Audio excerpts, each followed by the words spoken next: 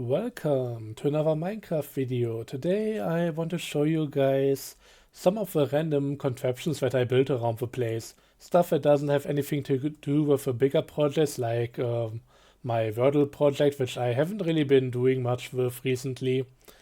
But yeah, just things that I built on the side that should also be useful to some degree, and I'm only going to be showing off the ones that are working, of course.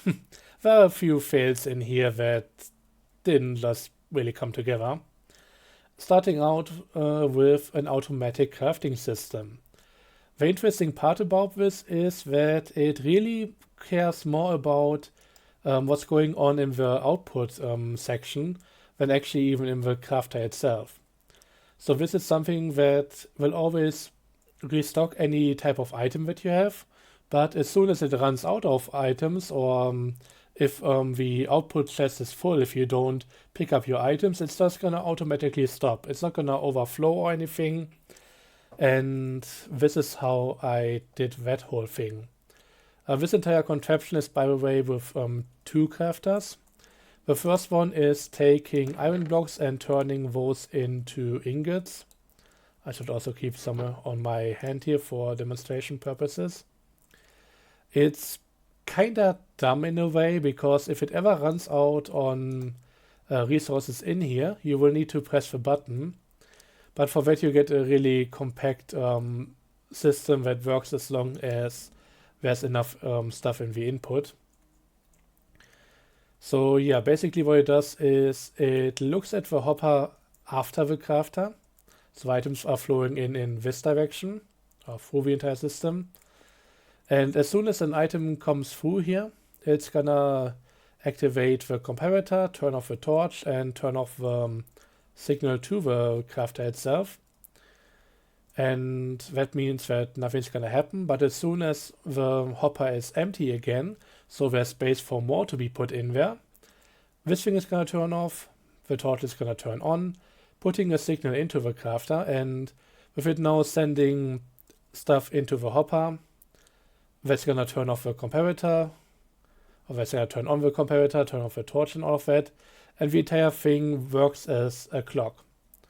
But as I mentioned, since I ran out of resources over here, I now need to manually restart the entire thing, because it's kinda dumb in that way.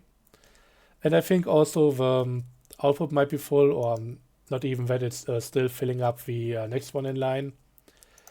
But since one iron block crafts into 9 ingots, it's gonna take a moment until this is depleted. And yeah, only once the hopper is empty, it's gonna send the next signal through. But that's a nice little halfway intelligent clock, keeping an eye on the output, making sure that nothing can overflow. So it's more balancing on that instead of taking into account that the crafter itself also needs to be full. In order to get that as well and get rid of likely slightly annoying reset button, I needed to expand the system a bit further. So this is the next step in line, which is going to turn these into shears. And the way this works is that it's taking both the stuff that I did over here, but also now looking into the crafter as well, and then putting that into an AND gate. So I'm only ever getting a signal to craft any new items if the output hopper is empty and the crafter itself has every single slot filled up.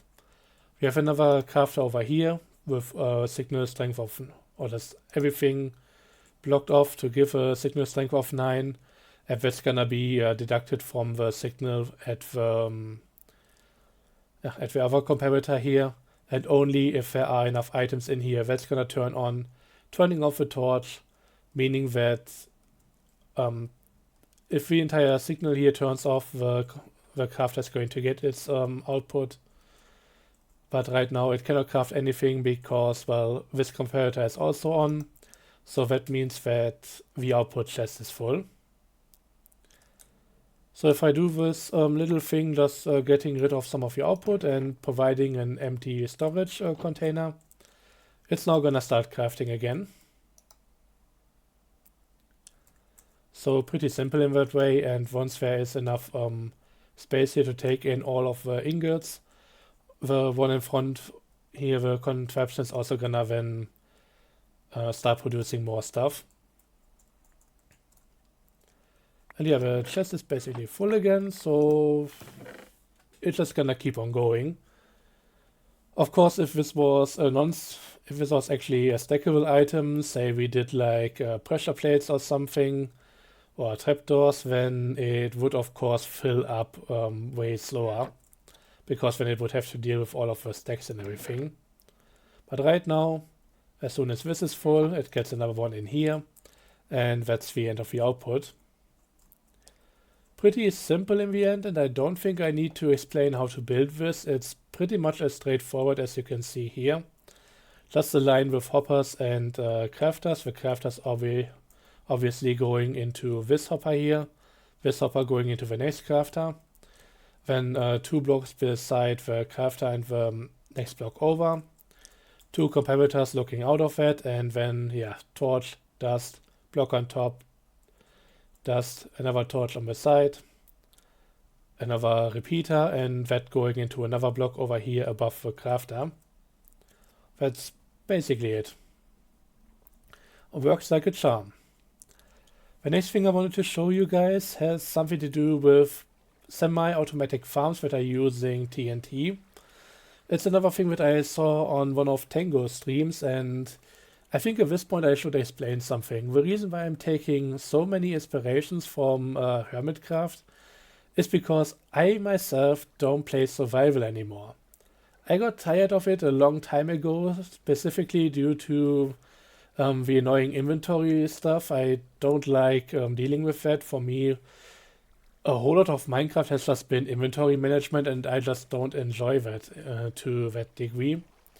But yeah, when I see other people playing, I still sometimes wonder if I can maybe come up with something, if they have some technical thing that they are trying to solve. And I just like to still mess with redstone and make my own thing here. So that's the whole motivation behind that. And what I came up with here was an idea to hopefully improve some TNT using farms. So there are a lot of farm designs that whatever you are doing, like maybe a tree farm or something, you often end up putting your logs or other similar blocks that you want to farm into a quarter like this one over here. And then the easiest way, of course, is to just drop TNT in from above, let the stuff explode, let it fall into water, collect it all, and bring it to a storage system. Problem is, if you explode the stuff on top, maybe you don't blow through everything. Maybe you blow in a hole like this, and now your items are stuck on top here until the next TNT comes down, blows everything up, and you're not getting anything out of it. Or at least not all the stuff that you wanted. So my idea regarding this is maybe it could be changed so that the TNT actually launches from below. So the lower blocks would be blowing off, nothing would be in the way of the items falling down, and that would be another way of handling that. Sounds like it would be complicated to do, but it's actually amazingly easy. So we have a little water stream basin down here, and there's this one block which is glass with a slime block down below, and below it is actually a sticky piston because we are actually looking at this thing right here. And what's going to happen once I press the button is this line is going to activate. It's going to let a signal through to the dispenser that has all the TNT in it after 10 ticks of delay. And there's also another contraption down here, first up another repeater, just to refresh the signal strength, and then going into a comparator signal strength runout clock, which is once you press the button and everything turns on, the torch is going to turn off, retracting the piston, dispensing the TNT right into the glass block, which is also going to be going one block lower. But since the TNT is still on top of the slime block, once everything here turns off again, the torch activates once more, piston extends and it just launches the TNT upwards. So in practice it looks a lot like this. And I gotta say, this is much more elegant than I expected. I did the same thing with a TNT duper a while ago, and well, dispensing the TNT right into the block and all of that turns out to be much easier. With the dupers, you don't even know if it's gonna be in the same block all the time, so you're gonna push stuff around. And since the TNT duper is usually above the TNT when it's dropping, you need to get the TNT past that, and that's just a whole nother mess. But yeah, just having TNT in here, maybe adding a few hoppers and a chest, that would be it. But then again, you can put 9 stacks in there, so you don't really need to care about that too much.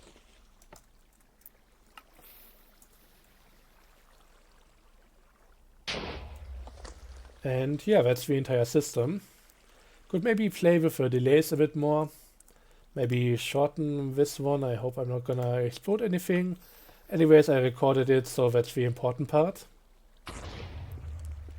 Okay, that's gonna make the thing dispense way sooner. I should have maybe added a bit more delay.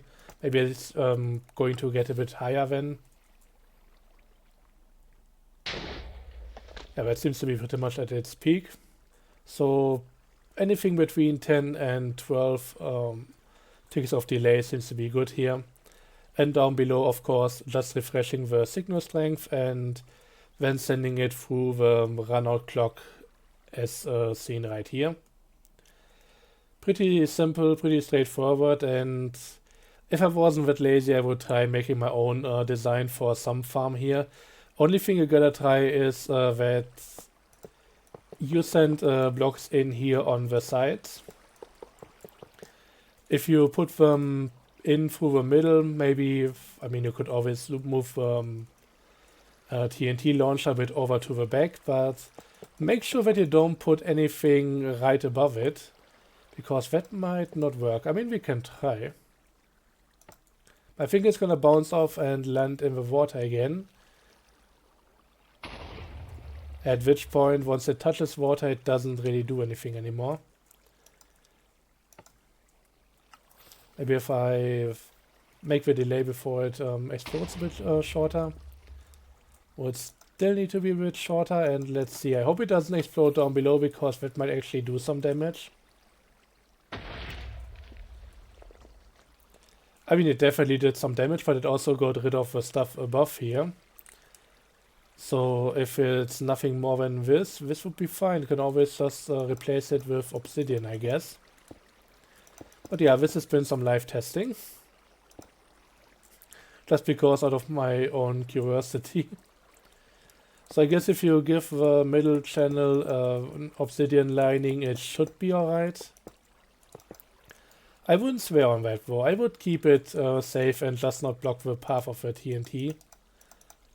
That's always on the safer side, but hey, if you want to rebuild it potentially, that's on you. But yeah, so much for that farm. The last farm that I have today is actually this one right here for Nylium and the whatever the names of the blocks are. Warped roots, and especially the one little mushroom that can come out there.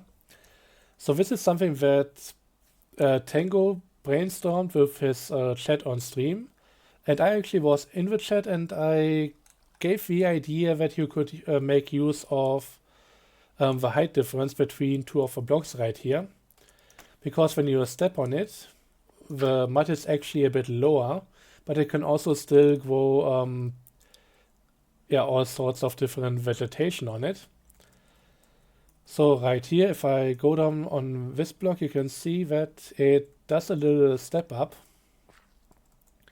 And that's actually quite useful, because if I now push the blocks along this line back and forth, any item that's on top of here, at least somewhere in the middle, if that goes down onto the mud, it is going to sink into it a bit. And that little height difference is going to mean that once you push the block back again, it's just going to push it along. The item doesn't land back on the dirt block or the nylon for that matter. So that's kind of useful, meaning that you can not only use hoppers with the mud and all of that, but you don't need to use hoppers everywhere. And that's pretty useful because that allows you to put something else in here and still get a hopper line in here that allows you to just feed the entire thing with bone meal continuously. You still are going to need to provide bone meal for the farm because this thing eats through quite a lot. And in the end, Tango Tech has done a full version of this as well. My main difference is that I just chose to go with hoppers instead of hopper minecarts, because I don't really trust minecarts that much because they can get stuck and they are definitely a reliability issue. Just in some cases they are so useful that you still want to use them. And I think overall his farm definitely solves a few things that I had some problems with. So I would actually recommend his over mine. Mine is just something that I want to try out if it's possible to do without hoppers. And what can I say? It definitely is. So we're just constantly triggering all the pistons on each of the sides, sending another signal down below, which is first up going to trigger the dispenser, bone mealing the nylon whenever it's on top of its correct spot there. And also just triggering all of the hoppers or the droppers on the side. I didn't want to get into any bottleneck issue by combining all the hopper outputs, so I just shoot everything into a water stream and can't really complain about the output rate. It's definitely doing something. But I'm also just burning most of it because this is just for a demonstration. Another thing that somebody else on the stream mentioned was that you can actually optimize it a bit by using 2 rows of mud right next to each other. And that's working out pretty well because of how it's being pushed back and forth. There's always gonna be mud above the hoppers, and that means that the full blocks adjacent to that are always gonna be pushing the items onto the hoppers themselves. So this is working out really well, but I noticed some slight issue, partially something that you see at the side here. And that has to do once more with how the entire thing is set up with items falling down below into the slightly lower mud. The problem here is that some items land right in the middle. And when you let it land right in the middle, well, I can remove this block, I can move this block over onto this side, and it's always going to have something higher to stand on. So yeah, that's why those are never going down. It's still a bit of a problem on the sides for some reason, even though there's another block here that should mean that it goes over. But apparently it's slightly glitched and it's just moving so quickly back and forth that it doesn't really register alright. But for the middle I actually had an idea on how to fix it because it's a problem there as well. You see the line of hoppers that's occasionally firing. It's a really fun contraption here that I made, at least in my opinion. So on this side, this piston is going to trigger every time, the other ones are going to trigger as well. But the observer is moving, while it's also triggering every time it's being moved. It's only gonna be giving a signal any further if it's gonna hit that block right here. At which point this piston is getting activated, and you see how much slower this goes. Basically only every second time this piston activates, this one is gonna activate, and that continues. So this is also only gonna activate half the time, same as this one compared to this one. And with that you can just slow it down to a point where you only every now and again you get an output over here. And all those pistons are doing is just quickly Push anything that's down there and that is between the blocks. Just push that away until it hits a decent spot, and yeah, should have maybe done the same on the side here to get all of that sorted out. But really it's a bit of a weird thing that that's a problem to begin with.